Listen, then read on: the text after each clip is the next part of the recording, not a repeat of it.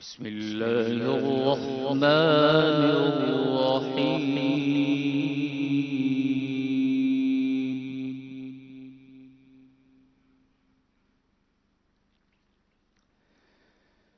إن في خلق السماوات والأرض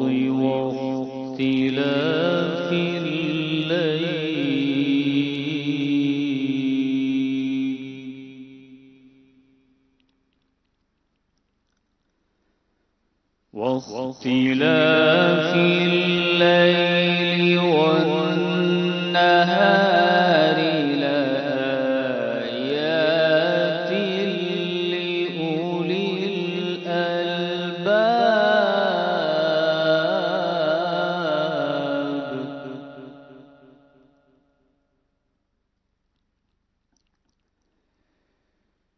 إن في خلق السماوات والأرض واختلاف الليل والنهار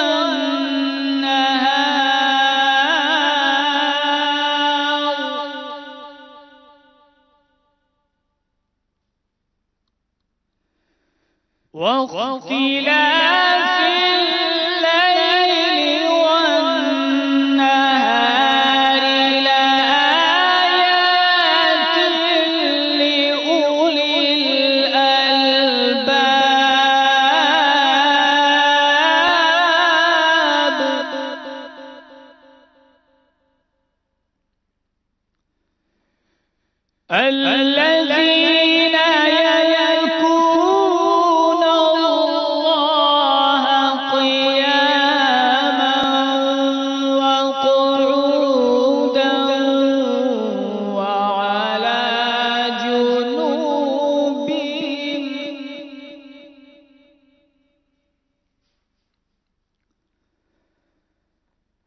وعلى جنوبهم ويتفكرون في خلق السماوات والأرض. ربنا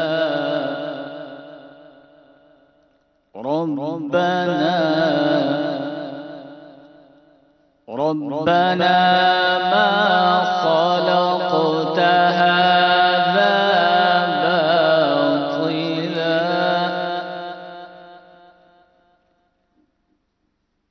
ربنا ما خلقت هذا باطلا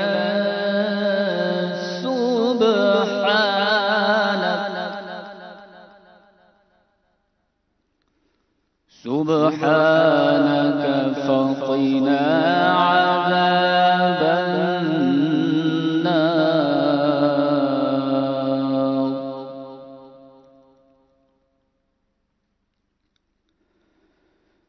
ويتفكرون في خلق السماوات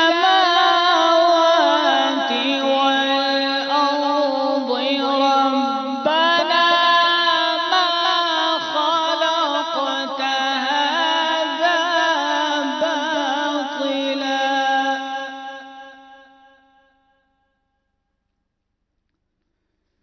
ربنا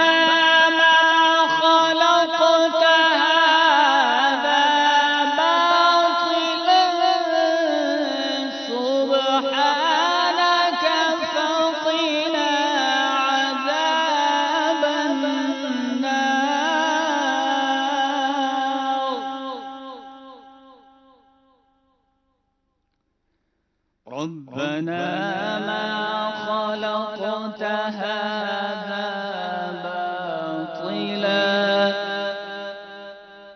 سبحانك فقنا عذاب النار.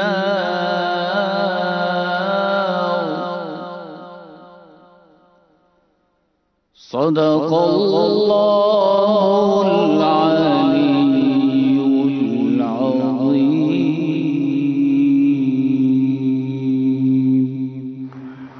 سبحان اللہ عز و جل، ماشاء اللہ. الحمدللہ تلاوت قرآن مجید سننے کی سعادت حاصل کی، اور تلاوت جو ہمارے عرفان بھائی نے آیات منتخب کی یہ بالکل موضوع سے مطابقت رکھتی ہیں. غور و فکر کرنے اور اللہ رب العزت کی تخلیقات میں غور و فکر کرنے اور اس نے جو نعمتیں عطا فرمائی ہیں ان میں سوجھ بوجھ کرنے کی اس میں تعلیم دی گئی ہے. بڑھتے ہیں نعت نبی کریم صلی اللہ تعالی علیہ وسلم کی طرف. اور عمر بھائی کیا کلام سنا رہے ہیں آج؟ جو کلام منتخب کیا وہ یہ ہے: دم اضطراب مجھ کو جو خیال یار آئے. مولانا حسن رضا خان صاحب رحمۃ اللہ. ماشاء اللہ ترا کلام ہے. انشاءاللہ حاضرین مدنی چل کے ناظرین مل کر پڑھیں گے تو انشاءاللہ اس کی برکتیں نصیب ہوں گی. صلی اللہ علیہ یا رسول اللہ وسلم علیک یا حبیب اللہ. تیرے قدموں میں جو ہیں اب غیر کا منہ کیا دیکھیں.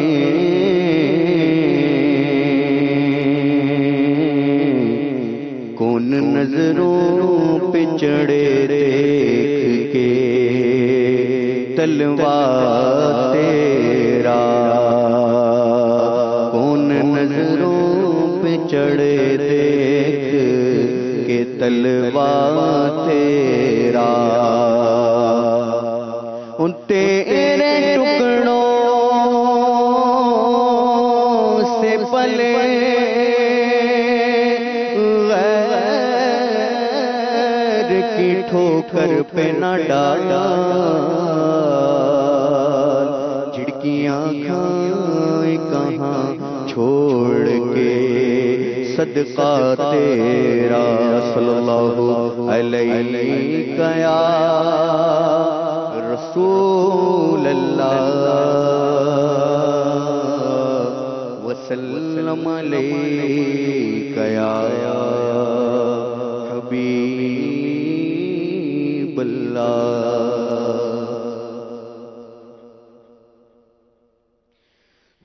دم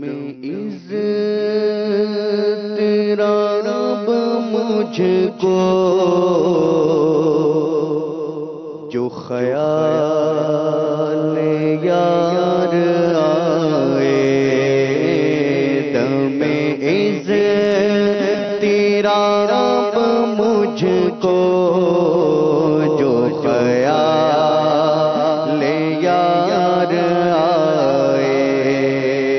میرے دل میں چین آئے تو اسے قرار آئے. میرے دل میں چین آئے تو اسے قرار آئے.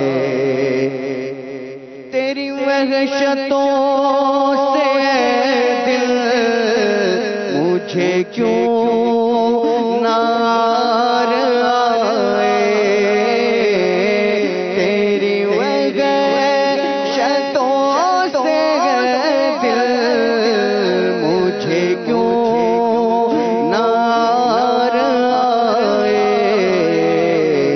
تو انہیں سے دور بھاگے. تو انہیں سے دور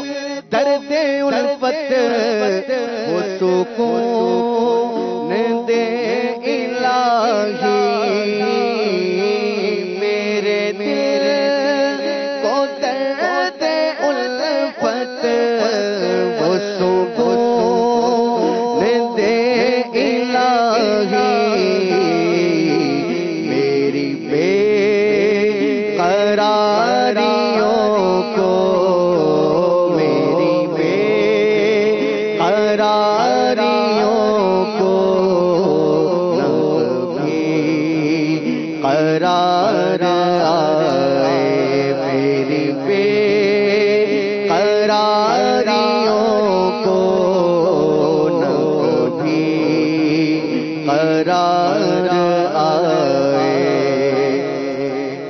مجھے کیا ہو غم کا، مجھے کیا ہو غم علم کا، مجھے کیا علم ہو غم کا، مجھے کیا علم ہو غم کا، مجھے کیا ہو غم علم کا، مجھے کیا علم ہو غم کا، مجھے کیا ہو غم علم کا، کہ علاج غم علم کا، کہ علاج غم علم کا، میرے غم گسار آئے، کہ علاج غم علم کا، میرے غم گسار آئے۔ گل خلد لے کے زاہد تمہیں خار طیبہ دے دوں، گل خلد لے کے زاہد تمہیں خار طیبہ دے دوں، میرے پھول مجھ کو دیجئے، میرے پھول مجھ کو دیجئے، بڑے ہوشیار آئے، میرے پھول مجھ کو دیجئے، بڑے ہوشیار آئے۔ نہ حبیب سے محب کا کہیں ایسا پیار دیکھا، نہ حبیب سے محب کا، نہ حبیب سے محب کا، کہیں ایسا پیار دیکھا، کہ وہ بنے خدا کا پیارا پیارا، وہ بنے خدا کا پیارا، تمہیں جس پہ پیار آئے، وہ بنے خدا کا پیارا، تمہیں جس پہ پیار آئے۔ حسن ان کا نام لے کر تو پکار دیکھ غم میں، حسن ان کا نام لے کر تو پکار دیکھ غم میں، تمہارا نام مصیبت میں جب لیا ہوگا، ہمارا بگڑا ہوا کام بن گیا ہوگا، حسن کا نام لے کر تو پکار دیکھ غم میں، حسن کا نام لے کر تو پکار دیکھ غم میں، کہ یہ وہ نہیں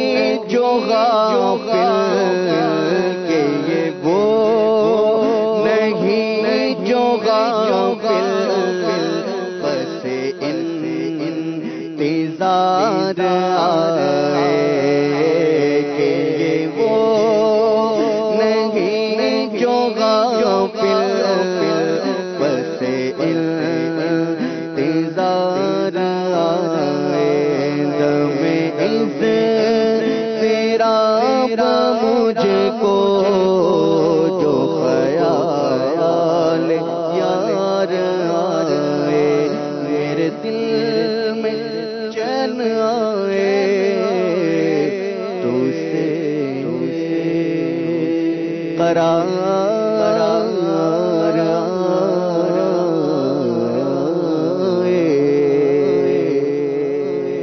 سبحان اللہ۔ اللہ رب العزت آپ کی زبان میں، آپ کے گلے میں، آپ کی منہ میں برکت عطا فرمائے اور سوز و گداس کو بڑھائے۔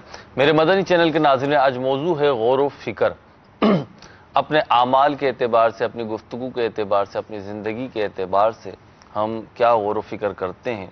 شب و روز جو معاملات ہم دیکھتے ہیں، ان سے کیا نصیحت حاصل کرتے ہیں، ان سے کیا سیکھتے ہیں، اس حوالے سے انشاءاللہ گفتگو رہے گی۔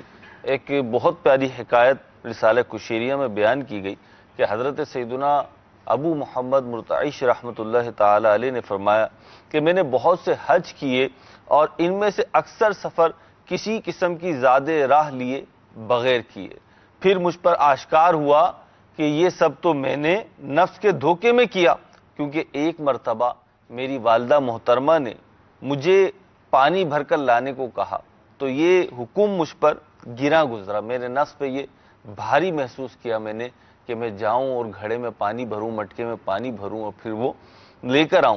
چنانچہ میں نے یہ سمجھ لیا کہ سفر حج میں میرے نفس نے میرا ساتھ دیا تھا، میری موافقت کی تھی، فقط اپنی لذت کے لیے کی اور مجھے دھوکے میں رکھا، کیونکہ اگر میرا نفس شریعت کا حق ادا کرنا چاہتا تو پھر مجھے اپنی والدہ کا حکم بھی گرا نہ گزرتا، یہ میرے اوپر بھاری نہ ہوتا۔ میرے میٹھے میٹھے اسلام بھائیوں اور مدنی چینل کے ناظرین، غور کرنے کی بات ہے، اس پہ فکر کرنی چاہیے کہ بہت سارے معاملات ایسے ہوتے ہیں کہ ہم بڑی بے جگری کے ساتھ وہ کر رہے ہوتے ہیں، ان کو بڑے استغراق کے ساتھ کر رہے ہوتے ہیں، بڑے تسلسل کے ساتھ اور بڑی اہمیت دے کر رہے ہوتے ہیں، اور اگر اس معاملے کی اہمیت وہی ہے جو ظاہر ہو رہی ہے تو پھر ہمیں غور کرنا چاہیے کہ اسی جیسا کوئی دوسرا معاملہ درپیش ہوتا ہے تو پھر ہم کیوں نہیں کرتے۔ مثال کے طور پر اگر میں عرفان بھائی کی تو آوبھگت کرتا ہوں، یہ جب تشریف لاتے ہیں تو میں کھلاتا ہوں پلاتا ہوں، ویسے آج تک ایسا ہوا نہیں، آ جائیں تو کیا بات ہے، لیکن یہ آتے ہیں تو میں کھلاتا ہوں پلاتا ہوں، ان کی خاطر تواضع کرتا ہوں۔ عمر بھائی آتے ہیں تو نہیں کرتا، حالانکہ ان دونوں سے تعلق ایک ہی قسم کا ہے، تو اس پہ مجھے غور و فکر کرنا چاہیے۔ اسی طریقے سے زندگی کے دیگر معاملات ہیں، قرآن کریم نے غور و فکر کرنے کا حکم دیا ہے، تدبر کرنے کا حکم دیا ہے، اور جو لوگ غور و فکر نہیں کرتے، اللہ رب العزت کی نشانیوں میں، اس کی آیتوں میں، اس کی نصیحتوں میں غور و فکر نہیں کرتے، ان سے عبرت حاصل نہیں کرتے، ان سے نصیحت حاصل نہیں کرتے، تو ان کے لیے مذمت کے الفاظ قرآن کریم میں بیان ہوئے ہیں۔ اسی طریقے سے احادیث مبارکہ کا ہم مطالعہ کریں تو نبی کریم علیہ الصلوۃ والسلام کی کئی احادیث بھی ایسی ہیں کہ جن میں غور و فکر کرنے کی اور لوگوں کو اس بات کی دعوت دی ہے کہ لوگ اس معاملے کو کیوں نہیں دیکھتے، لوگ اس معاملے میں توجہ کیوں نہیں کرتے، لوگ اس معاملے میں غفلت کیوں برتتے ہیں۔ مفتی صاحب، قرآن و حدیث میں غور و فکر کرنے کے حوالے سے جو آیا اور ہمارا جو موضوع ہے آج کا غور و فکر، اس کے حوالے سے آپ ابتداءً کیا ارشاد فرمائیں؟ بسم اللہ الرحمن الرحیم۔ دیکھیں، اللہ تبارک و تعالی نے قرآن مجید کے اندر کئی مقامات پر غیر مسلموں کو اسلام قبول کرنے کی جب دعوت دی، اللہ واحد لا شریک کو ماننے کی دعوت دی، تو اس وقت اللہ تبارک و تعالی نے انہیں غور و فکر کی ہی دعوت دی۔ فرمایا کیا تم دیکھتے نہیں کہ یہ زمین سے جو تم اس میں کھیتی کرتے ہو تو یہ تم اگانے والے ہو یا ہم اگانے والے ہیں؟ صحیح۔ فرمایا جو تم آگ جلاتے ہو کیا تم دیکھتے نہیں کہ اس آگ کی لکڑی کو تم پیدا کرنے والے ہو یا ہم پیدا کرنے والے ہیں؟ اور پھر فرمایا کہ اگر بقول تمہارے ایک سے زیادہ خدا ہیں تو فرمایا لو کان فیہما آلہۃ الا اللہ لفسدتا، کہ اگر اس دنیا کے اندر، اس کائنات کے اندر دو خدا ہوتے تو یہ تباہ و برباد ہو جاتے۔ تو اللہ تبارک و تعالی نے سب سے پہلے جو توحید ہے، جو کہ بنیاد ہے ایمان کی، اس کی طرف بھی بلانے کے لیے غور و فکر کی دعوت دی۔ اسی لیے علماء نے فرمایا کہ دیگر چیزوں میں تو ہو سکتا ہے بندہ غور و فکر کر کے سمجھ سکے یا نہ سمجھے، لیکن توحید الہی ایک ایسی چیز ہے کہ اگر انسان اللہ تبارک و تعالی کی مخلوق میں، کائنات میں غور و فکر کرے تو خود ہی یہ بات کہہ اٹھے گا کہ واقعی اس کائنات کا خالق و مالک فقط ایک ہی ذات ہے اور وہ اللہ تبارک و تعالیٰ کی ذات ہے۔ تو مفتی اب جو لوگ اس کے علاوہ مبتلا ہوتے ہیں، توحید کا انکار کرتے ہیں اور شرک میں مبتلا ہوتے ہیں، کیا وہ غور و فکر نہیں کرتے؟ بعض اوقات ہم دیکھتے ہیں بڑے عقل مند ہوتے ہیں، جناب بڑی ڈگریاں ہوتی ہیں ان کے پاس، بڑی زبانوں پہ عبور ہوتا ہے انہیں، اور بڑی ٹیکنالوجی سے آراستہ ہوتے ہیں وہ، لیکن پھر بھی وہ دھوکہ کھا جاتے ہیں، پھر بھی وہ گمراہ ہو جاتے ہیں۔ تو اب یہ غور و فکر کرنا کیا معاملہ ہوا؟ اب دیکھیں دو چیزیں ہوتی ہیں، ایک تو یہ کہ اس چیز کی طرف سے یوں نہیں ہٹتے کہ بھئی ہم نے آباء و اجداد کو اس چیز پر پایا۔ کفار نے کئی مقامات پر یہی جواب دیا کہ ہم نے اپنے آباء و اجداد کو جو ہے وہ اس چیز پر پایا، لہٰذا ہم اسی کی پیروی کریں گے۔ اگرچہ ان کو بھی یہ بات نظر آ رہی ہوتی، سمجھ میں آ رہی ہوتی تھی کہ نہیں، ہاں یہ واقعی ایسی صورتحال ہے اور واقعی اللہ تبارک و تعالیٰ کا یہ حکم ہے، یا اللہ تبارک و تعالیٰ ہی جو ہے وہ خالق و مالک ہے، لیکن اپنے خاندانی پس منظر کی وجہ سے یا اپنے علاقائی جو ہے وہ پس منظر کی وجہ سے وہ اس چیز کو چھوڑنے کو تیار نہیں ہوتے۔ یا پھر غور و فکر کرنے میں بھی یہ ضروری ہے کہ عقل کو بے راہ روا نہ چھوڑا جائے۔ اگر عقل کو بالکل آزاد چھوڑ دیا جائے گا تو عقل پھر جو ہے وہ انسان کو غلطی کرنے کی طرف لے جا سکتی ہے۔ ٹھیک، تو عقل کا غور و فکر میں پابند ہونا بھی ضروری ہے، اس کو کچھ لگامیں ڈالنا بھی ضروری ہے، ورنہ گھوڑے کو جس طرح چھوڑ دیا جائے تو وہ پھر جہاں دل چاہے جو ہے وہ جائے گا۔ یعنی عقل سلامت ہوگی، عقل راہ راست پر ہو، سب سے پہلے یہ ضروری ہے، یہ یعنی بالکل جس کے ضروری ذریعے ہے۔ ہمیں راہ راست کی تلاش کرنی جی۔ ہے وہ خود راہ راست پر ہو۔ اچھا، سورہ اعراف میں جو آیا لہم قلوبہم لا یفقہون بہا ولہم عین لا یبصرون، تو اس سے یہی لوگ مراد؟ بالکل، کہ یعنی دل تو ہیں لیکن سمجھتے نہیں، آنکھیں تو ہیں دیکھتے نہیں، یعنی بصارت تو ہے بصیرت نہیں۔ صرف یہ آنکھیں ہیں دیکھتی نہیں، یہ یہی نا کہ بصارت تو ہے ٹھیک ہے، بصیرت نہیں ہے۔ ٹھیک ہے، یعنی جیسے ایک شخص سے دیکھیں، وہ دیکھ رہا ہے کہ اس مٹی کے پیالے کو دیکھ رہا ہے کہ یہ پانی پینے کی چیز ہے، ٹھیک ہے، اور دوسرے غور و فکر کر کے اس کی بناوٹ میں، اس کی صنعت میں، اس کی مٹی کہاں سے آئی، پھر یہ ہوا کیسے، وہ اس چیز کی طرف جا رہا ہے۔ دونوں کے غور و فکر کے اندر زاویے الگ الگ ہو گئے۔ ٹھیک ہے۔ تو اب جو اللہ اگر اس والے کو ہیں، یوں کہہ لیں کہ ایک شخص پھول اٹھاتا ہے، ایک شخص پھول اٹھاتا ہے تو وہ اس کی خوشبو میں گم ہو جاتا ہے، جی اور دوسرا شخص جو ہے وہ اس کے خالق کی طرف متوجہ ہو جاتا ہے، اس کو یوں کہہ سکتے ہیں؟ بالکل ایسا ہی ہے کہ اب جو لوگ دیکھ تو رہے دنیا کی ساری چیز، دنیا کی انہی چیزوں کی طرف غور و فکر کا کہا گیا، لیکن ان کا دیکھنا ان سے دنیاوی لذت اٹھانے کے لیے، اور جو اللہ والے ہیں جن کو بصیرت حاصل ہے وہ اس کے ذریعے خالق تک پہنچنے کی کوشش کر رہے ہیں، وہ خالق کی محبت کا حصول کر رہے ہیں۔ خالق نے اس میں جو چیزیں رکھی ہیں وہ ان چیزوں کو تلاش کر کے اپنے دل میں خالق کی محبت بڑھا رہے ہیں۔ وہ دنیا والے وہ پھول کی محبت ہی اپنے دل میں بڑھا رہے ہیں، اس کی خوشبو کی محبت ہی دل میں بڑھا رہے ہیں، ٹھیک ہے، لیکن جو اللہ والا ہے جس کو بصیرت حاصل ہے وہ اس کے ذریعے سے اپنے دل میں خالق کی محبت کو بڑھا رہا ہے، اور اس کی خوشبو رکاوٹ نہیں بنتی اس خالق کی محبت میں اس کے لیے۔ ٹھیک۔ اچھا، خالق کی محبت پہ یا خالق کی معرفت پہ یا خالق کی تخلیق پہ جب غور کرتا ہے تو ضمنی طور پر خوشبو سے تو محظوظ بالکل ہوتا محسوس ہی ہوگا ہے۔ کہ رب تعالیٰ نے وہ چیز دی ہی اس کے استعمال کے لیے ہے، اور پھر وہ ان چیزوں کو اپنے استعمال کی اپنا زیر تصرف سمجھتا ہے، انہیں بہت کچھ بڑا نہیں سمجھتا، یعنی سورج بہت بڑا ہے ٹھیک۔ لیکن وہ سورج سے مرعوب نہیں ہوگا، ٹھیک ہے، وہ کہے گا یہ سورج تو میرے لیے ہے، میں جو ہے وہ ان معنوں میں نہیں کہ یہ سورج ہی سب کچھ ہے اور میں سورج کے لیے ہوں، نہیں، میں تو اپنے رب کے لیے ہوں اور اس نے میرے لیے یہ سورج پیدا کیا۔ مطلب جیسے ابھی جس ہم ڈائمنشن پہ جا رہے ہیں کہ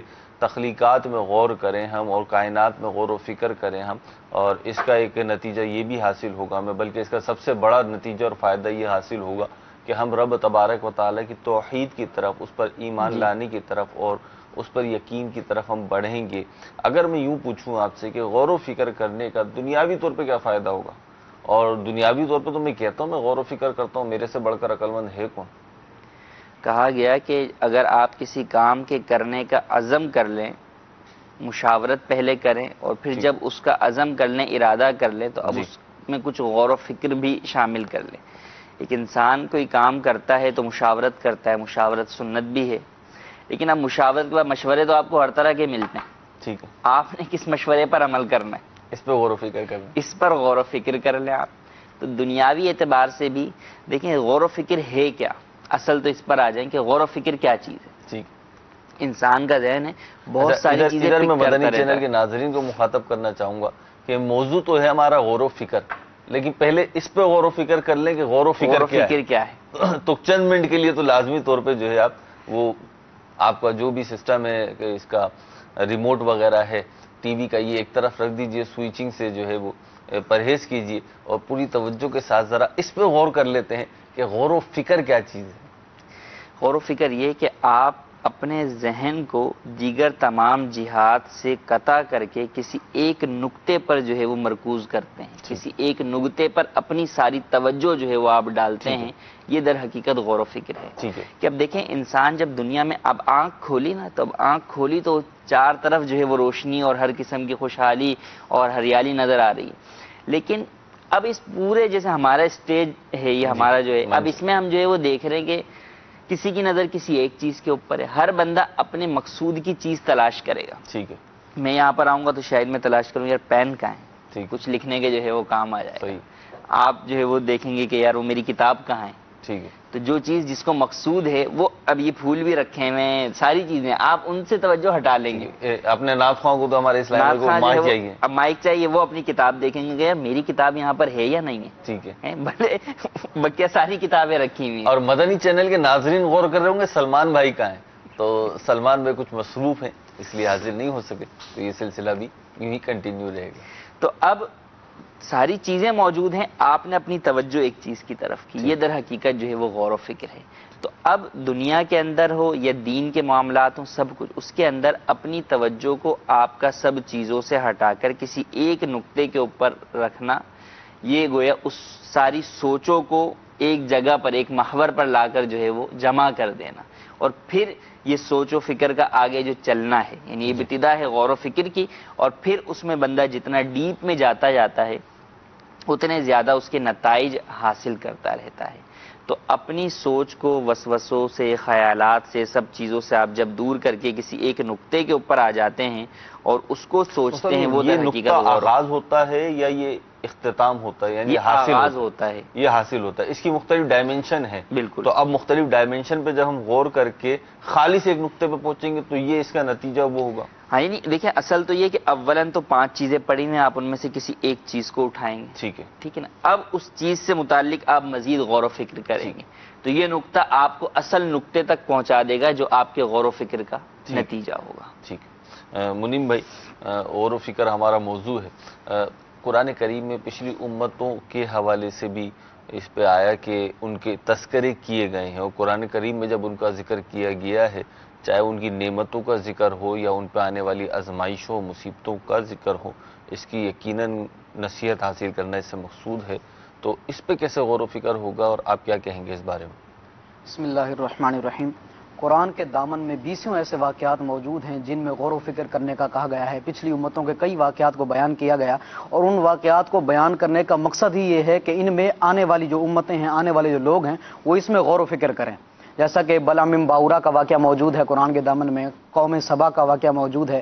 بلعم باورا جس کو اللہ تبارک و تعالیٰ نے بڑی شانوں سے نوازا تھا اور اس کو اسم اعظم کا بھی علم دیا تھا، اور یہ اپنی روحانیت سے زمین پر اب اس میں اپنی روحانیت سے جو ہے زمین پر بیٹھا عرش اعظم کو دیکھ لیا کرتا تھا، لیکن جب اس پر یعنی آزمائش آئی، وہ کس طریقے سے آئی کہ لوگ آئے اس کے پاس اور کہا کہ جو ہے آپ حضرت موسیٰ علیہ السلام کے لیے بد دعا کریں، وہ ہم سے جو ہے جنگ کرنے کے لیے آ رہے ہیں، اس طرح کا معاملہ ہوا۔ تو اس پر جب بدبختی غالب آئی تو شروع میں تو اس نے یہ کہا کہ یہ کام میں نہیں کر سکتا، لیکن جب ان لوگوں نے جو ہے پیسہ اس کے سامنے پیش کیا اور مال و دولت اس کے سامنے رکھا تو یہ اس پر جو ہے تحائف کے انبار لگا دیے، تحائف کے انبار لگا دیے، جو ہے اس کی لالچ میں آ گیا، اور اس نے جو ہے اس دور کے اعتبار سے اپنی سواری پر ایک گدھی تھی اس کے پاس، اس پر سوار ہوا اور پہاڑ کی طرف جانے لگا، اور وہ گدھی جو ہے بار بار مڑ کر اس کی طرف دیکھتی رہی اور کہتی رہی کہ تو کیا کر رہا ہے۔ اللہ تبارک و تعالیٰ نے اس کو قوت گویائی دی اور وہ بول اٹھی اور اس نے کہا کہ تم کیا کر رہے ہو، اور اس نے کہا کہ میرے سامنے فرشتے ہیں جو مجھے پیچھے موڑ رہے ہیں، لیکن یہ نہ رکا، اس کو مار مار کے آگے لے گیا اور پہاڑ پر چڑھا۔ لیکن یہ بد دعا حضرت موسیٰ علیہ السلام کے لیے کیا کرتا، لیکن جو ہے الفاظ چینج ہو جاتے اور یہ اپنی قوم کے لیے اس کی زبان سے الفاظ نکلتے۔ تو یوں جو ہے اس کی قوم نے کہا کہ تو کیا کر رہا ہے، یہ تو ہمارے لیے بد دعا کر رہا ہے، لیکن جو ہے اس نے کہا کہ مجھ پر جو ہے اب اللہ تبارک و تعالیٰ کی طرف سے یہ غضب ہوا ہے کہ اب اللہ تبارک و تعالیٰ نے مجھ پر یہ عذاب نازل فرمایا، اب میری جو ہے دنیا بھی برباد ہو گئی اور آخرت بھی برباد ہو گئی۔ اب جو ہے تفسیر روح البیان کے اندر جو ہے یہ بات موجود ہے، 3 جلد کے اندر صفحہ نمبر 139 پر، کہ بعض انبیاء نے اللہ تبارک و تعالیٰ سے سوال کیا کہ مولا تو نے اس کو اتنی شانوں سے نوازا، شروع میں اس کو تو نے اتنا کچھ عطا فرمایا، اتنی نعمتیں عطا فرمائیں، لیکن پھر مولا تو نے اس کو کیوں اس طرح ذلیل فرما دیا اور اس طرح اس کو ذلت کے گڑھے میں وہ شخص جا گرا؟ تو اللہ تبارک و تعالیٰ نے انبیاء سے ارشاد فرمایا اس کی وجہ یہ ہے کہ اس نے کبھی میری نعمتوں کا شکر ادا نہیں کیا۔ بلہ بن باورا، اس نے جو ہے کبھی بھی میری نعمتوں کا شکر ادا نہیں کیا، اس لیے میں نے اس کا جو کرامتوں کو سلب کر لیا اور اس کا یہ حال کر دیا۔ اسی طرح قوم سبا کا واقعہ موجود ہے۔ اسی واقعے میں اگر لیں تو اس سے بعض لوگوں کو بڑا یہ وہم ہو جاتا ہے، وہم کہوں، وسوسہ کہوں، خوش فہمی کہوں، کیا کہوں، کہ بھائی ہم تو یوں ہیں، ہم تو یوں ہیں، ہم تو یوں ہیں، ہم تو بڑے عبادت گزار ہیں، ہم تو بڑے اہل علم ہیں، ہم تو بڑے یوں ہیں، ہم تو بڑے وہ ہیں۔ تو یہ ایک تو بلم بن باورا کا واقعہ، اور اس سے ہمیں کیا مدنی پھول ملا، ایک اور عرض کرتا ہوں۔ ایک تو یہ، دوسرا پہ ہم اس سے بھی بڑھ کر اگر ہم دیکھیں، اس سے بھی آگے جا کے اگر ہم دیکھیں تو شیطان جو کہ فرشتوں کا استاد تھا اور ایسا عبادت گزار تھا کہ عابد و زاہد اسے کہا جاتا تھا، لیکن یہ پھٹکارا ہوا ہو گیا۔ اب یہ بلم بن باورا کا جو واقعہ بیان ہوا، یہاں پہ بڑا پیارا نقطے کی طرف توجہ دلائی گئی ہے کہ اس واقعے میں جو تحائف دیے گئے اس پہ بھی تو غور و فکر کرنا چاہیے کہ جب ہمیں تحائف مل رہے ہوں تو یہ تحائف کس مقصد کے تحت سامنے والا دے رہا ہے، اس پہ بھی ہمیں غور و فکر کرنا چاہیے۔ تو یہ اب یہ ایک تو یہ واقعہ ہو گیا۔ پھر دوسرا جو واقعہ میں عرض کر رہا ہوں کہ شیطان جو ہے یہ تو بہت بڑا عبادت گزار تھا، فرشتوں کا استاد تھا، تو اس سے بھی تو ہمیں عبرت حاصل کرنی چاہیے اور ہمیں اس پہ غور و فکر کرنا چاہیے کہ اس کا یہ انجام ہوا کہ جس نے آسمانوں پر سجدے کر کر کے جو ہے وہ جگہ کا روایتوں میں آیا کہ سارے آسمانوں کی جو جگہ اس نے وہ تمام ہی جگہوں پر اس نے سجدہ کر دیا تھا۔ اب یہ ہے تو ہم کہہ تو رہے ہیں کہ اس پہ غور و فکر کرنا چاہیے، اور لوگ کرتے نہیں ہیں شاید، لیکن نتیجہ حاصل نہیں ہوتا۔ کہ اللہ تبارک و تعالیٰ نے قرآن مجید میں انبیاء کرام علیہم السلام اور پچھلی قوموں کا قصص بیان کرنے کی وجہ ارشاد فرمائی لقد کان فی قصصہم عبرۃ لأولی الالباب، کہ عقل والوں کے لیے ان قصوں کے اندر عبرت ہے۔ ٹھیک۔ اب جگہ جگہ پر جہاں پہ بھی تفکر کی بات قرآن میں کی گئی، اولی الالباب کا ذکر کیا گیا، عقل والوں کے لیے، عقل والوں کے لیے، بے عقلوں کے لیے نہیں ہے۔ صحیح ہے۔ اب عقل والا جب اس چیز کو دیکھے گا تو وہ اس سے عبرت حاصل کرے گا۔ ایک یہ کہ جسٹ آپ اسٹوری کے طور کے اوپر جو ہے وہ پچھلی قوموں کے قصے جو ہے وہ پڑھ رہے ہیں کہ یار مجھے اسٹوری کا شوق ہے تو چلیں میں جو ہے وہ اس سے یہ والے بھی پڑھ لیتا ہوں، بنی اسرائیل کی قوم کے بھی جو ہے وہ قصے پڑھ لیتا ہوں۔ کیا جملہ آپ نے ارشاد فرمایا، اب اس پہ تو باہر ابھی آپ کنٹینیو کریں۔ تو ایک اس طور پر جو ہے کہ ایک یہ ہے کہ اس کا پڑھنا عبرت کے لیے ہو۔ قرآن کو پڑھنے میں فرمایا کہ جلدی جلدی نہ پڑھو، غور و فکر کے ساتھ پڑھو، سمجھ کر جو ہے وہ قرآن پڑھو۔ اگرچہ قرآن کی تلاوت بھی عبادت ہے، بغیر غور و فکر کے بھی عبادت ہے، لیکن جو غور و فکر کر کے انسان حاصل کر سکتا ہے وہ بغیر غور و فکر کیے حاصل نہیں کر سکتا۔ تو اب ہمارا پڑھنا، یعنی ہم کہیں کہ ہم تو قرآن کریم پڑھتے ہیں، ترجمہ بھی پڑھتے ہیں، تفسیر بھی پڑھتے ہیں، کیا ہم پڑھتے ہوئے گزر جاتے ہیں؟ ٹھیک۔ کیا ایسا ہی ہے؟ تو واقعی ایسا ہی ہے۔ اور کتنے وہ افراد ہیں کہ جب وہ پڑھا کرتے تھے تو ان کی آنکھوں سے اشک جاری ہو جاتے تھے۔ کیوں جاری ہو جاتے تھے؟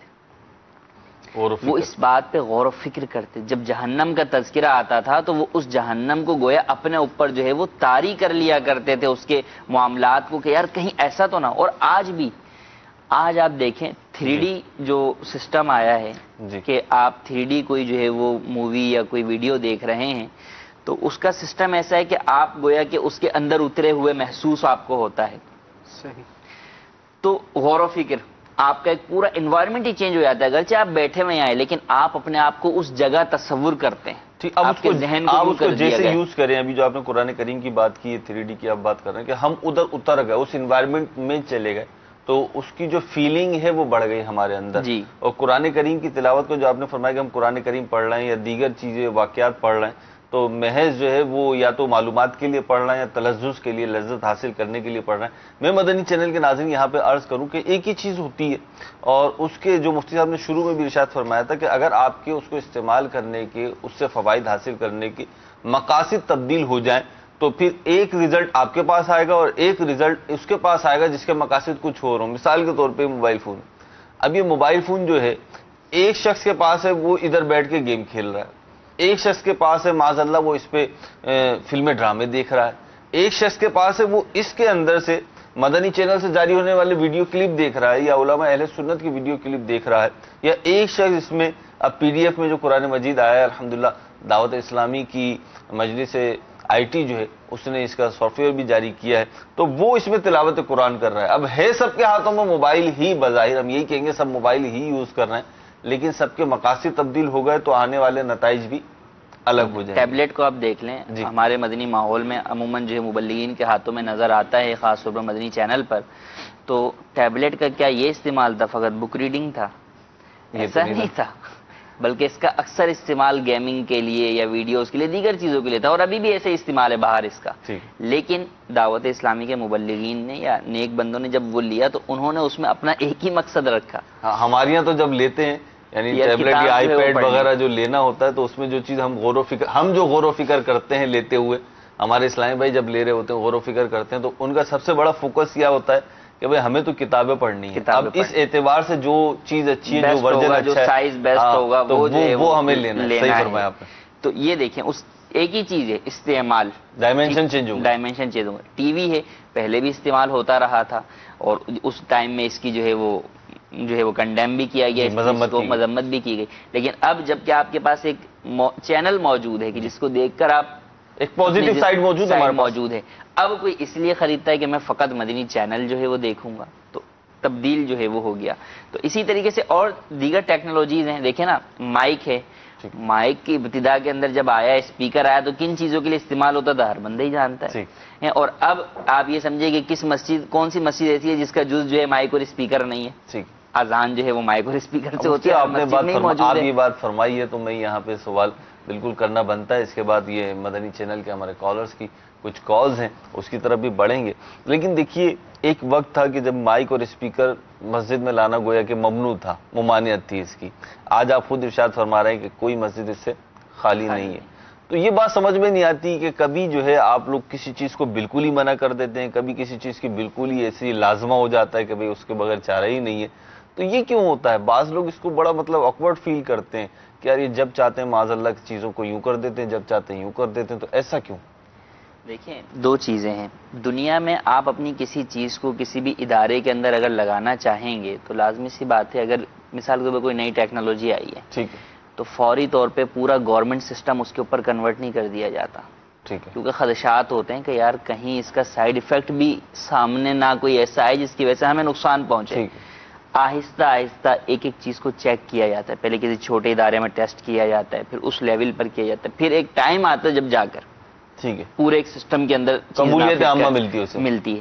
تو یہی معاملہ یہاں پر بھی ہوتا ہے کہ بسا اوقات جب وہ چیز آ رہی ہوتی ہے، ایک تو یہ نہیں معلوم ہوتا کہ یار اس کا سسٹم ہے کیا. ٹھیک ہے، یعنی دنیا والوں کو نہیں معلوم ہوتا، تو چلیں ایک دیندار علماء کو یا طبقے کو یہ بھی کہ یار ہو سکتا ہے اس کا کوئی دیگر نقصانات بھی ہوں جو کہ آنے کے بعد جو ہے وہ سامنے آئے. ٹھیک ہے، تو اس چیز کو بھی دیکھا جاتا ہے. اب جیسے مائک ہے، اب اچھا ایک یہ وجہ ہے، دوسری وجوہات بھی ہو سکتی ہے. مثلا مائک کا پہلے سسٹم کیا تھا، اس میں کیا چیز ڈلا کرتی تھی، ٹیکنالوجی کیا تھی، آیا اس میں الکوہل ڈلتا تھا یا نہیں ڈلتا تھا، یا جو بھی سسٹم تھا اس چیز کے اوپر بھی غور کیا جاتا ہے کہ اس کی وجہ سے مسجد میں بدبو یا شور شرابہ، یا ابھی آپ دیکھ رہے ہیں نا جس جگہ پر چلیں اس وقت بھی مائک آئے اور وہ مائک سیٹ کرنے والے نہ ہو تو آپ نماز پڑھ لیں گے ٹوں ٹاں ٹیں سارے شور شرابے کے اندر. مائک بند کر دو. لوگ کیا بولتے ہیں، ایسا مائک بند کر دو تم بغیر مائک کے نماز پڑھا دو.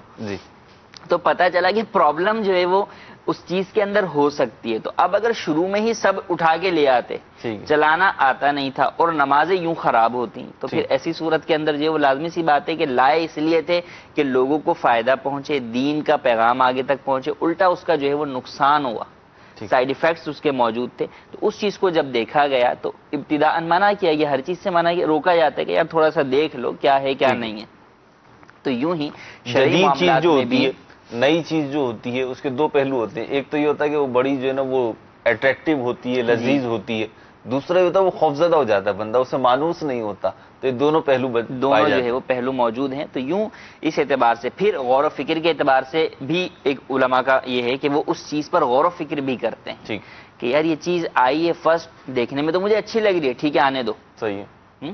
جیسے ایک وہ مجھے مثال کسی نے بتائی کہ بھئی ہم بیان کے بیچ میں جو ہے وہ جو آپ کا وہ پورا گھومنے والا کیمرہ ہوتا ہے، 360 ڈگری کا کیمرہ ہوتا ہے، وہ لگا دیتے ہیں تاکہ کوئی بھی ناظر کہیں دیکھ رہا ہو تو وہ پورے جو ہے وہ اس کو دیکھ لے. دیکھنے میں بڑا اچھا ہے، ہاں یار وہ پورے فضائے مدینہ کے منظر کو دیکھ رہا ہوگا. نقصان کیا ہے بیان سننے والا توجہ سے بیان نہیں سنے گا، اب وہ چاروں طرف ہی دیکھتا رہے گا، مناظر میں گم ہو جائے گا۔ تو اب فرسٹ دیکھا تو یار بڑی اچھی چیز ہے، پورا فیضان مدینہ نظر آئے گا، پورا اجتماع جو ہے مجھے نظر آئے، گویا کہ میں اپنے آپ کو اجتماع میں بیٹھا ہوا ہی وہی 3D ہو گیا، وہی 3D ہو گیا۔ لیکن نقصان پر بھی غور جو ہے وہ کیا جاتا ہے۔ تو یہی معاملہ ہے کہ اب وہ چیز آئی ہے، اب شریعت مطہرہ کے اعتبار سے یہ دیکھا جائے گا کہ یہ جواز ہے یا نہیں ہے۔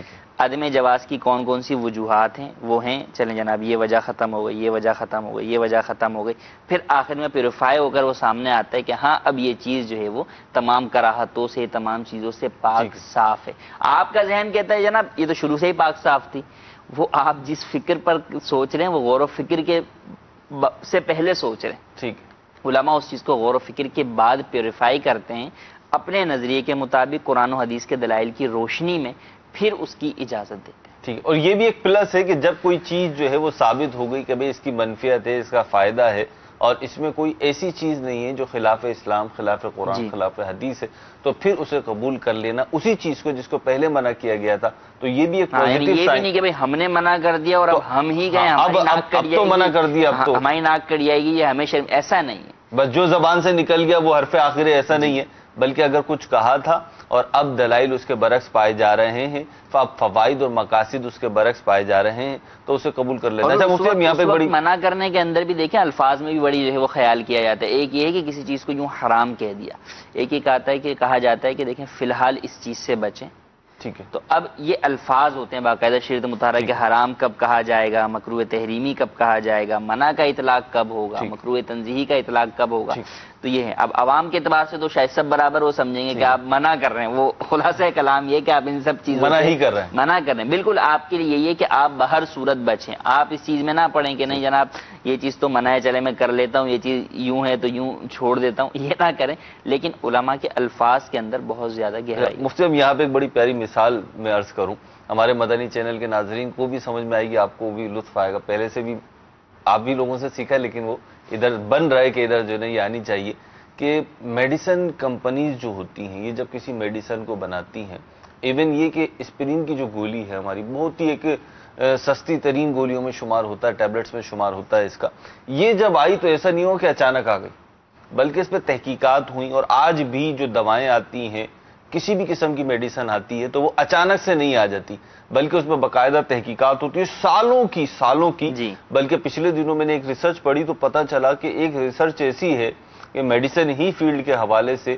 جو 300 سال پہلے سے کی جا رہی ہے، یعنی جس شخص نے اس ریسرچ کی ابتدا کی تھی وہ تو آج دنیا میں ہی نہیں ہے، لیکن اس نے ایک سسٹم بنا دیا، ایک تھیوری دے گیا، وہ اب اس تھیوری کو ایک ادارہ لے کر آگے بڑھ رہا ہے، ایک ملک لے کر آگے بڑھ رہا ہے، اس پہ اب ریسرچ ہو رہی ہے، 300 سال ہو گئے، اب جب کبھی اس کا نتیجہ نکلے گا اور وہ چیز آئے گی۔ ایسی چیزیں میں بذات خود جانتا ہوں، ایسی میڈیسنز میں جانتا ہوں جو کہ ایک بڑی لمبی تحقیق کے بعد مارکیٹ میں آئیں، لوگوں نے استعمال کری اور ایک تعداد کو ان سے فائدہ بھی ہوا، لیکن پھر پتہ چلا کہ جی ان کے سائیڈ ایفیکٹ زیادہ ہیں۔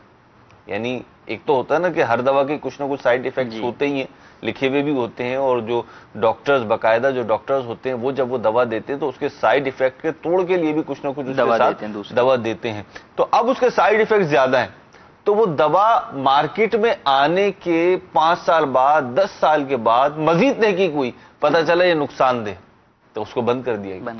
اور پھر آپ دیکھیں یہ اتنا میڈیسن کا ادارہ ریسرچ کرتا ہے، اس کے باوجود جب ڈاکٹرز کو یہ سیمپل دیتے ہیں تو ڈاکٹر پہلے اپنے مریضوں پہ اس کو چیک کرتا ہے، وہ مطمئن ہوتا ہے تو پھر جو ہے وہ جو دیانتدار جو ہے وہ ڈاکٹر ہوگا۔ ایک تو یہ ہے کہ فقط اپنے پیسے بڑھانے کے لیے وہ لکھنا شروع کر دے، لیکن دیانتدار ڈاکٹر وہ اس کو چیک کرتا ہے، یار اگر میں یہ دیکھ رہا ہوں میرے مریض کو یہ دوا سوٹ کر رہی ہے یا نہیں کر رہی ہے، یا اگر کر رہی ہے تو اس کے ساتھ مجھے اپنی کون سی اور گولی ملا کر دینی ہے۔ اب وہ یہ کہ اس پہ ڈائمینشنز ہے، غور و فکر کرتے جائیے، ڈائمینشنز نکلتی جائیں گی اور پھر آپ کے فیصلے بھی تبدیل ہوتے جائیں گے، نتائج بھی تبدیل ہوتے جائیں گے، اور ہم بھی یہ غور و فکر کر رہے ہیں کہ آپ کی کالز لے لی جائیں۔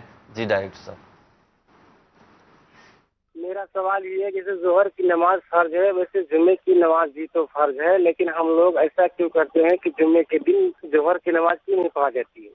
جی حضرت، جمعہ ہی فرض ہے جمعہ فرض عین ہے بلکہ، اور اس دن ایسا نہیں ہے کہ ظہر علیحدہ سے فرض ہے اور جمعہ علیحدہ سے فرض ہے۔ اگر یوں ہوتا تو بالکل آپ کا سوال بجا ہوتا کہ بھئی ہم نے جمعہ تو پڑھ لیا، ظہر کب پڑھی؟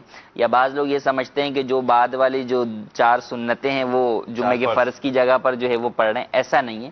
جس پر جمعہ فرض ہے اس دن ظہر کی جگہ پر اس کے لیے جمعہ ہی فرض ہے، ٹھیک ہے، تو اب ظہر اس کے ذمہ یعنی جمعہ نہیں جو ہے وہ ظہر کے قائم مقام جی، ہے۔ ظہر کا جو ہے وہ قائم مقام ہے، یا بدل کہہ لیں تو اس دن جمعہ ہی ہے۔ اسی لیے اس دن جس کا جمعہ نکل جاتا ہے، یا جن کو جمعہ نہیں مل پاتا، یا جن پر جمعہ فرض ہی نہیں، جیسے گاؤں دیہات میں رہنے والے، تو وہ ظہر ہی ادا کرتے ہیں۔ تو اس دن میں 2 نمازیں ظہر کے وقت میں فرض نہیں ہے، ایک ہی نماز ہے، یا تو ظہر ہے جن کے لیے ظہر فرض ہے، یا جمعہ ہے جن پر جمعہ فرض ہے، وہ جمعہ ہی ادا کریں گے۔ اسی لیے ساری سنتیں چاہے پہلے والی ہوں یا بعد والی ہوں یا نوافل ہوں، سب جمعے کی نیت سے ہی پڑھیں گے، ظہر کی نیت سے نہیں پڑھیں گے۔ یعنی ایک وقت میں یا تو جمعہ فرض ہوگا یا ظہر فرض ظہر ہوگی، فرض دونوں ہوگی، نمازیں ایک ساتھ فرض نہیں ہوں گی۔ اچھا مطلب یہ سوال بھی مجھے تو ایسا لگ رہا ہے موضوع سے ریلیٹڈ ہے، انہوں نے غور و فکر کیا کہ بھئی وہ جمعے کا دن ہے اور ظہر کا وقت ہے، تو اس میں جو ہے وہ دونوں نمازیں پڑھنی چاہیے۔ بہرحال غور و فکر ہے، اس کا جو بھی حاصل تھا مفتی صاحب نے جواب ارشاد فرمایا۔ اگلی کال دیجیے۔ میرا نام محمد طیب ہے، چنیور سے بات کر رہا ہوں۔ مفتی صاحب سے سوال یہ ہے کہ ایک بندہ ہے وہ کرائے پر مکان لیتا ہے، اور جس سے وہ مکان لے رہا ہے وہ اسے کہتا ہے کہ 2500 روپے اس کا کرایہ جو ہے وہ ہر ماہ میں آپ سے لوں گا، اور 5000 مجھے ایڈوانس بھی دیں۔ اس ایڈوانس کے بارے میں کیا ہے، لے سکتا ہے نہیں لے سکتا، اس کا کیا حکم ہے؟ اس سے زیادہ بھی لیا جاتا ہے، برائے مہربانی جواب عطا فرما دیں۔ ٹھیک ہے جی، اللہ آپ کو جزائے خیر عطا فرمائے، آپ اس طریقے سے غور و فکر کرتے رہیے۔ جی مفتی صاحب۔ ڈپازٹ ایک ہمارے یہاں عرف ہے کہ نارمل جو ہے وہ کچھ نہ کچھ پیسے ایڈوانس میں لیے جاتے ہیں، تاکہ اگر مالک کرایہ دار اگر مکان چھوڑے تو اب اس کا کوئی نقصان وغیرہ اگر مکان کو پہنچا ہو تو اس سے پورا کیا جا سکے، یا اگر کچھ مہینوں کا کرایہ باقی ہو تو وہ اس سے پورا کیا جا سکے۔ تو نارمل ڈپازٹ جتنا عرف ہے مارکیٹ میں رائج ہے اتنا لینا، اور اس کے بدلے میں نارمل کرائے پر مکان دینا، یہ تو جائز ہے۔ لیکن آج کل ایک نئی چیز نکلی ہے ہائی ڈپازٹ، کہ ہائی ڈپازٹ یہ کہ اگر اس مکان کا کرایہ ہے 10,000 اور اس کا ایڈوانس ہوتا تھا 1,00,000 روپے، تو اب یہ کیا جا رہا ہے کہ بھئی آپ اس کا کرایہ ڈپازٹ دے دیں 5,00,000 روپے، اور اس کا میں آپ کو 1,000 روپے میں جو ہے وہ کرائے پہ دے دیتا ہوں۔ ٹھیک، کرایہ کم کر دیا، کرایہ جو ہے وہ کم کر دیا۔ تو یہ بات یاد رکھیں کہ اولاً ڈپازٹ کی جو شرعی حیثیت بنتی ہے وہ قرض ہے۔ کہیں گے قرض کس طرح، وہ تو ڈپازٹ دے رہا ہے، اس لیے کہ آپ اس ڈپازٹ کو سنبھال کے امانت کی طرح رکھتے نہیں ہیں۔ لازمی سی بات ہے، مالک مکان اسے اپنے استعمال میں لے کر آ جاتا ہے کہ بھئی جب یہ خالی کرے گا تو میں اس کو واپس کر دوں گا۔ تو یہ مثال ہے، یہ اس کی دلیل ہے اس کے قرض ہونے کی۔ تو جب قرض ہے تو قرض کے اوپر جو نفع مشروط ہوگا وہ سود ہوگا، کہ حدیث میں فرمایا کلو قرض جر منفیاتن فہو ربا، کہ ہر وہ قرض جو نفع کھینچ کر لائے وہ سود ہے۔ تو یہ ہائی ڈپازٹ والا جو معاملہ ہے یہ ناجائز ہے، اس کی ہرگز اجازت نہیں۔ مطلب اس کا کوئی حل نہیں ہے، اس کا کریں کیا؟ یہ تو رائج ہوتا جا رہا ہے۔ ناجائز چیز سے جو ہے وہ بچیں گے، اس کے رواج کو ختم کرنے کی کوشش کریں گے۔ ٹھیک، اگلی کال دیجیے۔ فرمانا پاری خانے وال شیر سے بات کر رہا ہوں۔ منزل سیدنا کھلے آگ صلی اللہ کہتے کہتے بہت ہی اچھا ہے، اور آج کا موضوع غور و فکر کے حوالے جاری ہے۔ دنیا کے بارے میں تو ہم بہت زیادہ غور و فکر کرتے ہیں، لیکن کوئی ایسا طریقہ بتا دیجیے کہ ہمیں آخرت کے بارے میں غور و فکر کرنے کی سعادت مل جائے، اس کے بارے میں بھی کچھ مدنی پھول ارشاد فرما دیجیے گا۔ دنیا کے بارے میں غور و فکر کریں، کس نے منع کرا؟ بالکل کریں۔ دنیا میں اگر صحیح طریقے سے غور و فکر کیا جائے گا مفتی صاحب تو یہ بھی تو آخرت کی طرف لے کے جائے گا۔ کیا کہتے ہیں؟ بالکل صحیح بات ہے، لیکن انہوں نے جو ایک بات کی وہ بھی ہے کہ ہم دنیاوی امور میں تو بڑے غور و فکر کرتے ہیں، گھر بنواتے ہوئے ہم ہوا دیکھ رہے ہیں، سب کچھ دیکھ رہے ہیں، لیکن اس بات کی طرف بھی ہمیں غور و فکر کے واش روم کے اندر قبلے کی طرف WC کا رخ نہ ہو، پیٹھ نہ ہو، یا کھڑکی کھولنے میں جیسے بزرگوں کی نیت ہوتی تھی کہ اذان کی آواز آئے ہیں، تو یہ ایک اس چیز کا بہت زیادہ جو ہے وہ کمی ہے۔ اسی طرح جنازہ جا رہا ہے تو ہم یوں تو شریک ہو گئے دنیاوی اعتبار سے کہ یار رشتہ دار کا نہیں جائیں گے تو برا لگے گا، لوگ باتیں کریں گے، یوں شریک نہیں ہو رہے کہ یہ پیغام کیا دے رہا ہے۔ آپ گھر کی بات کر رہے ہیں، اب تو غور و فکر یوں ہوتا ہے کہ مساجد کے قریب ترین جو گھر ہوتے ہیں نا، مساجد سے ملحق جسے آپ کہہ لیں، ان کی ویلیو قدرے دور جو گھر ہوتے ہیں ان سے کچھ کم ہوتی ہے، اور وہ یعنی ہاٹ پیس نہیں ہوتے وہ اس کے اسٹیٹ ایجنسی والی کے لیے، بیچنے والوں کے لیے۔ اگر مسجد ہے اور مسجد کے برابر والا گھر ہے، یہ تھوڑا مشکل سے بکتا ہے کہتے ہیں۔ تو یہ انداز ہے ہمارے یہاں۔ تو کیا کیوں مسجد، یہی تو میں غور کر رہا ہوں کہ کیوں ایسا کیوں ہے حالانکہ ایک اعتبار سے سہولت ہے کہ آپ جو ہے وہ یوں چل کے جو ہے وہ قریب مسجد میں یہ وجہ میں نے ایک عام سے فرد سے معلوم کی تو انہوں نے کہا کہ بھائی بات یہ کہ دیکھیں مسجد کا تو ادب و احترام لازم ہے نا. اب مسجد ہے وہ تو اللہ کا گھر ہے اور وہاں سے اللہ اور اس کے رسول کے ذکر کی آوازیں آتی ہیں, وہاں سے اذان کی آوازیں آتی ہیں اور وہاں پہ تلاوت قرآن اور نماز سارے ایسے ہی معاملات ہوتے ہیں. اب دیکھیے جی ہم یہ ہے کہ ہم تو دنیا دار قسم کے لوگ ہیں, صحیح ہے نماز بھی پڑھ لیتے ہیں لیکن اب ٹی وی بھی چلتا ہے گھر میں اور اس میں آپ کو پتہ ہے کیا کیا کچھ آتا ہے, پھر ہمارا یہ معاملہ وہ معاملہ, انہوں نے 5-10 ایسے معاملات بتائے جو شریعت کی خلاف ورزی پہ مبنی تھے, تو پھر کہنے لگے اس لیے وہ تھوڑا مسجد کے بالکل قریب ہوتا نا تو شرم آتی ہے. اگر انہیں یہ کہا جائے کہ مکہ المکرمہ کے سامنے زمزم ٹاور میں آپ کو کمرہ لے کر دے دیتے تو کیا پھر بھی یہی سارے عذر بیان کریں گے؟ فوراً تیار ہو جائیں گے, نہیں یار وہاں پہ تو وہ تو اللہ کا سب سے بڑا جو ہے وہ گھر ہے. تو یہ بھی دیکھ لیں کہ ہم کیا چیز جو ہے وہ دیکھ رہے ہیں. جو چیزیں بیان کی جا رہی ہیں, ٹی وی آپ چلا رہے ہیں, دیگر ساری چیزیں, تو کیا وہ مسجد کے برابر والے گھر میں ہی چلانا ناجائز ہے؟ دور گھر ہو جائے گا تو کیا چلانا جائز ہو جائے گا؟ یا جو دیگر ناجائز معاملات ہیں, جو ناجائز معاملے سے ہی آپ کریں گے نا کہ بھئی ادب اور بے ادبی کا, جائز معاملے میں عموماً اتنا نہیں ہوگا. تو اب اگر اس سے کمپیئر کر رہے ہیں تو وہ ناجائز چیزیں تو بہرحال آپ دنیا کے کسی بھی خطے میں مسجد سے کتنے ہی دور کیوں نہ ہو وہ آپ کے لیے ناجائز ہی ہوں گے, تو آپ کو تو ان سے بچنا ہی پڑے گا. ہاں اگر ایک پہلو ہو سکتا ہے کہ بھئی مسجد کا مائک جو ہے وہ بلا وجہ جو ہے وہ بہت زیادہ چلتا ہو کسی جگہ پر, تو وہاں پر مسجد والوں کو بھی سوچنا چاہیے کہ ہم اپنے مائک کو جو ہے وہ چلا کر لوگوں کے لیے تکلیف کا باعث تو نہیں بن رہے. جیسے کہ ضرورت کے تحت چلتا ہے کہ جو ہے وہ جمعے کے بیان کے لیے چلتا ہے یا اذانوں کے لیے چلتا ہے, عموماً اس کے علاوہ جو ہے وہ اتنا زیادہ استعمال نہیں ہوتا, یا بڑی محافل میں چلتا ہے. تو وہ تو آپ کے محلے کے اندر بھی کوئی نہ کوئی محفل ہوتی ہے. ہمارے محلے کے اندر کل رات جو ہے وہ اتنی دیر تک محفل ہوتی رہی, تو اب میں اپنا گھر تبدیل کر دوں یا ہر بندہ کسی گھروں کے اندر گلیوں کے اندر بھی تو شادی دیگر ساری محافل ہوتی ہیں نا, تو اب کیا آپ بولیں کہ جناب جو ہے وہ ایسی گلی میں لوں گا جس گلی کے اندر کوئی شادی نہ ہو یا سب کی شادی ہو چکی ہو. مفتی صاحب اس میں ایک کال بھی ہمارے پاس آپ کے لیے, اور یہ بھی ہے کہ ایک رمضان میں اس کی بڑی پریشانی ہوتی ہے لوگوں کو. پھر رمضان میں کہہ رہے ہوتے ہیں اذان کی آواز نہیں آتی, اذان کی آواز توجہ سے اس کھڑکی سے اس کھڑکی سے جا کے سن رہے ہوتے ہیں افطار اور سحر کے لیے, تو اگرچہ سحر میں تو اذان ہوگی تو پھر وہ وقت ہی ختم ہو جائے گا, وہ اپنے مسائل ہیں, لیکن بہرحال اذان سننے کے لیے وہ کھڑکیوں کا رخ کر رہے ہوتے ہیں, اس طرف سے آواز آ جاتی ہے اس طرف سے آواز آ جاتی ہے, تو یہ بھی اپنے پیش نظر رکھیے. اگلی کال دیجیے. میرا ایک یہ سوال ہے کہ ہماری مسجد چھوٹی تھی پہلے, تو ہم نے اسے وسیع کیا ہے, اس کے اوپر جو گارڈر ٹیار تھے یا اس کی ونڈوز تھی, دروازے تھے, وہ آپ پڑے ہیں, تو ان کو دیکھ کر یا تو مسجد میں پیسہ لگایا جا سکتا ہے یا کوئی خرید لے اسے تو وہ خرید سکتا ہے یا نہیں خرید سکتا, تو برائے کرم ہمارا رہنمائی کر دیجیے. ٹھیک ہے جی. اولاً تو یہ دیکھ لیں کہ کیا اس کا مسجد میں ہی استعمال ہو سکتا ہے آگے یا نہیں ہو سکتا. اگر مسجد میں استعمال ہو سکتا ہے تو اسے سنبھال کے رکھ لیجیے, اور مسجد میں استعمال نہیں ہو سکتا تو اب دو چیزیں ہیں کہ آپ نے ایک عمومی چندے سے جو ہے وہ چیزیں خریدی ہیں, تو اب آپ اسے بیچ دیں اور پھر اس کے پیسے جو حاصل ہوں وہ مسجد میں ہی لگا دیجئے, تعمیرات کے اندر ہی استعمال کر لیجئے. بیچنے میں اس بات کا خیال رکھیں کہ ایسے شخص کو بیچیں کہ جو اس کو بے ادبی کی جگہ پر نہ لگائے, بلکہ اسے کہہ بھی دیں کہ جیسے ملبہ ہے تو اب وہ واش روم وغیرہ کے اندر جو ہے وہ ملبہ استعمال نہ کیا جائے. اور اگر کسی شخص نے باقاعدہ کوئی ایک کھڑکی دی تھی, بھائی خرید کر دی تھی, تو اب وہ جب وہ قابل استعمال نہیں رہی تو اسی شخص سے رابطہ کریں کہ بھئی یہ آپ کی کھڑکی اب قابل استعمال نہیں ہے. عموماً لوگ اجازت دے ہی دیتے ہیں کہ ٹھیک ہے آپ اس کو بیچ کر مسجد میں پیسہ لگا دیں, تو آپ اس کی اجازت سے بیچ کر پھر مسجد میں. یہاں پہ دو ضمنی طور پہ سوالات میں عرض کروں گا.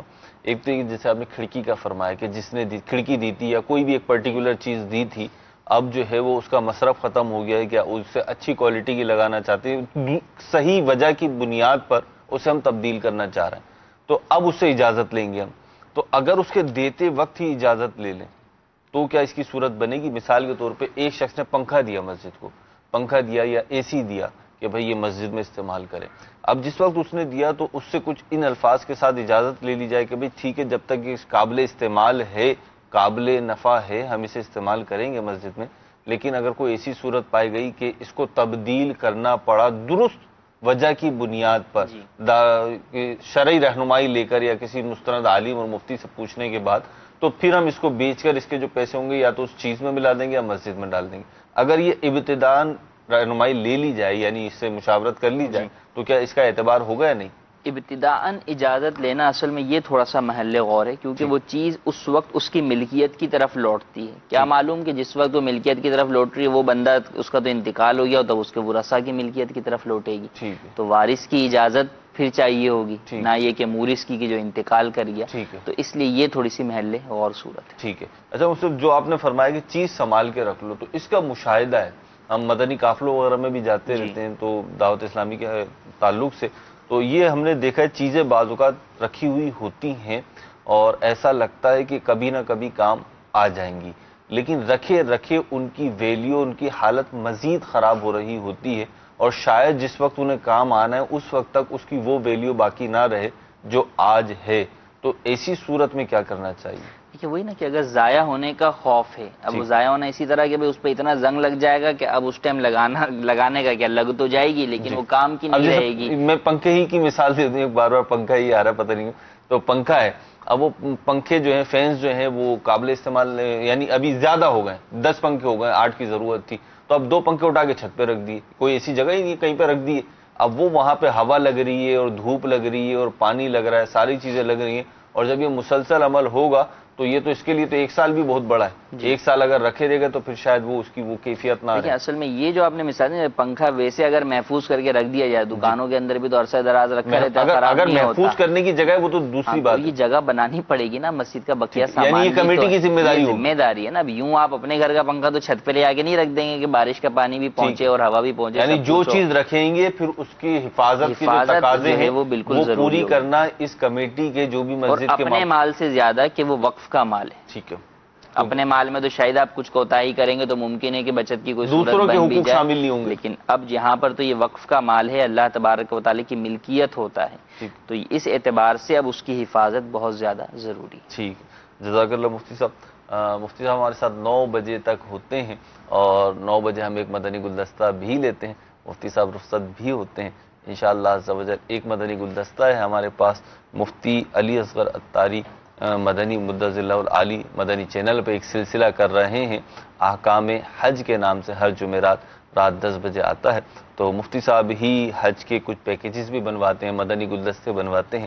ایک مدنی گلدستہ ہے ہمارے پاس حج سے متعلق، ہمارے وہ عاشقان رسول اسلامی بھائی اور اسلامی بہنیں جو حج پہ جا رہی ہیں ان کے لیے بہت زیادہ ضروری ہے. اور اگر آپ حج پہ نہیں جا رہے تو میں کہوں گا پھر بھی دیکھیں اور نم آنکھوں سے دیکھیں کہ اللہ تعالی ہمارے بھی اسباب بنائے اور ہم بھی پیارا پیارا کعبہ دیکھیں، پیارا پیارا مدینہ دیکھیں اور حرمین شریفین کی حاضری ہمیں نصیب ہو. بڑھتے ہیں مدنی گلدستے کی طرف اور دیکھتے ہیں آج ہمیں کیا بیان کیا جا رہا ہے.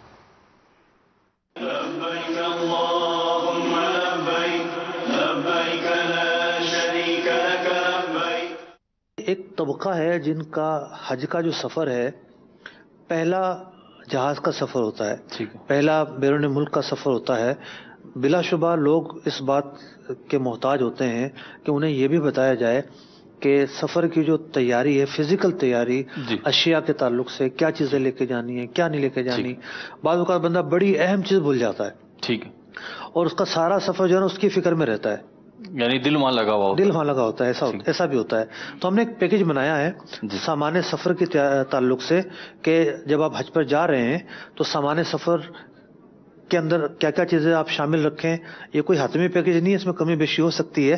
ایک نمونے اور ماڈل کے لیے بنایا گیا ہے. تو آئیے دیکھتے ہیں سامان سفر کے تعلق سے ایک پیکج. سفر حج میں اشیاء ضرورت کی تفصیل. سامان ضرورت: کتب، الیکٹرانک چیزیں، لباس، سفری کاغذات. حج کا سفر پھرے میرے مولا نصیب ہو. سامان ضرورت: عطر، جائے نماز، تسبیح، آئینہ، تیل، تولیہ، صابن، منجن یا toothpaste, safety razor, plate, کنگا، سرما، سوئی دھاگا، ناخن تراش یعنی نیل کٹر، سامان پر نام پتہ لکھنے کے لیے موٹا مارکر، رومال یا ٹشو پیپرز۔ استعمال کرتے ہوں تو نظر کے 2 چشمے۔ ہوائی جہاز میں دوران سفر جن دواؤں کی ضرورت پڑ سکتی ہے مع ڈاکٹر کی سند اپنے گلے کے بیگ میں رکھیے تاکہ ایمرجنسی کی صورت میں مزید کسی پریشانی کا سامنا نہ کرنا پڑے۔ باقی دوائیں بے شک لگیج میں ہوں۔ پیک کی ہوئی ادویات، ہیلتھ سرٹیفکیٹ وغیرہ رکھنے کے لیے گلے میں لٹکانے والا چھوٹا سا بیگ، بیگ پر نشانی لگانے کے لیے کپڑے کی کترن تاکہ ایئرپورٹ پر بیگ پہچاننے میں آسانی ہو، گلاس، دسترخوان، حسب ضرورت کھانے کے برتن۔ بوڑھا یا معذور شخص ویل چیئر لے جائے لیکن اس کو فلائٹ میں بتانا ہوگا۔ حالت احرام کے لیے 1 سے زائد 2 پٹی والی چپل۔ بیگ، دستی سامان رکھنے کے لیے تفصیل: 1 عدد بڑا بیگ، جہاز میں ساتھ لے جانے کے لیے بیگ یعنی ہینڈ کیری، منا اور عرفات میں لے جانے کے لیے شولڈر بیگ یعنی اسکول بیگ، گلے میں ڈالنے کے لیے چھوٹا بیگ، ضروری کاغذات اور رقم کے لیے پاکٹ بیلٹ۔ بڑے بیگ کو لگیج بیگ کہتے ہیں۔ یہ آپ ساتھ نہیں رکھتے بلکہ ایئرپورٹ پر جمع ہو جاتا ہے اور جہاز کے نیچے خانوں میں رکھا جاتا ہے۔ قینچی، بلیڈ وغیرہ اس میں ڈال دیں، دستی بیگ میں یہ چیزیں نہ رکھیں۔ جہاز میں لگیج بیگ کے بجائے اپنے ساتھ لے جانے والی ممنوع اشیاء وغیرہ: بلیڈ، میٹل، قینچی، چاقو، نیل کٹر یعنی ناخن تراش۔ حج کا سفر پھرے میرے مولا نصیب ہو۔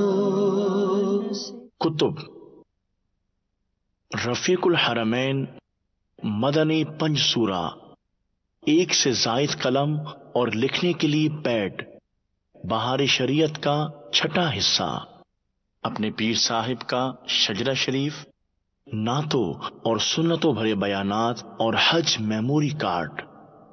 حج کا سفر پھرے میرے مولا نصیب ہو۔ الیکٹرانک چیزیں: موبائل چارجر، بجلی کا ایکسٹینشن بورڈ منا کے خیموں میں کام آئے گا، موبائل چارج کرنے کے لیے پاور بینک، چائے وغیرہ کے لیے الیکٹرک کیٹل۔ حج کا سفر پھرے میرے مولا نصیب ہو۔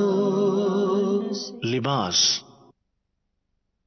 احرام 1 سے زائد، پاسپورٹ اور دیگر ضروری کاغذات رکھنے کے لیے پاکٹ بیگ، حسب ضرورت 4 سے 8 جوڑے، بنیان، سویٹر وغیرہ ملبوسات موسم کے مطابق، ٹھنڈک سے بچاؤ کے لیے شال، امامہ شریف مع سربند اور ٹوپی، مزدلفہ اور دیگر ضروری مقامات کے لیے پلاسٹک کی فورڈ ایبل چٹائی، اسلامی بہنوں کے لیے عبایا یعنی برقع، اسلامی بہنوں کے لیے نماز کے لیے موٹی چادر، اسلامی بہنوں کے لیے دستانے اور موزے، اسلامی بہنوں کے لیے پی کیپ۔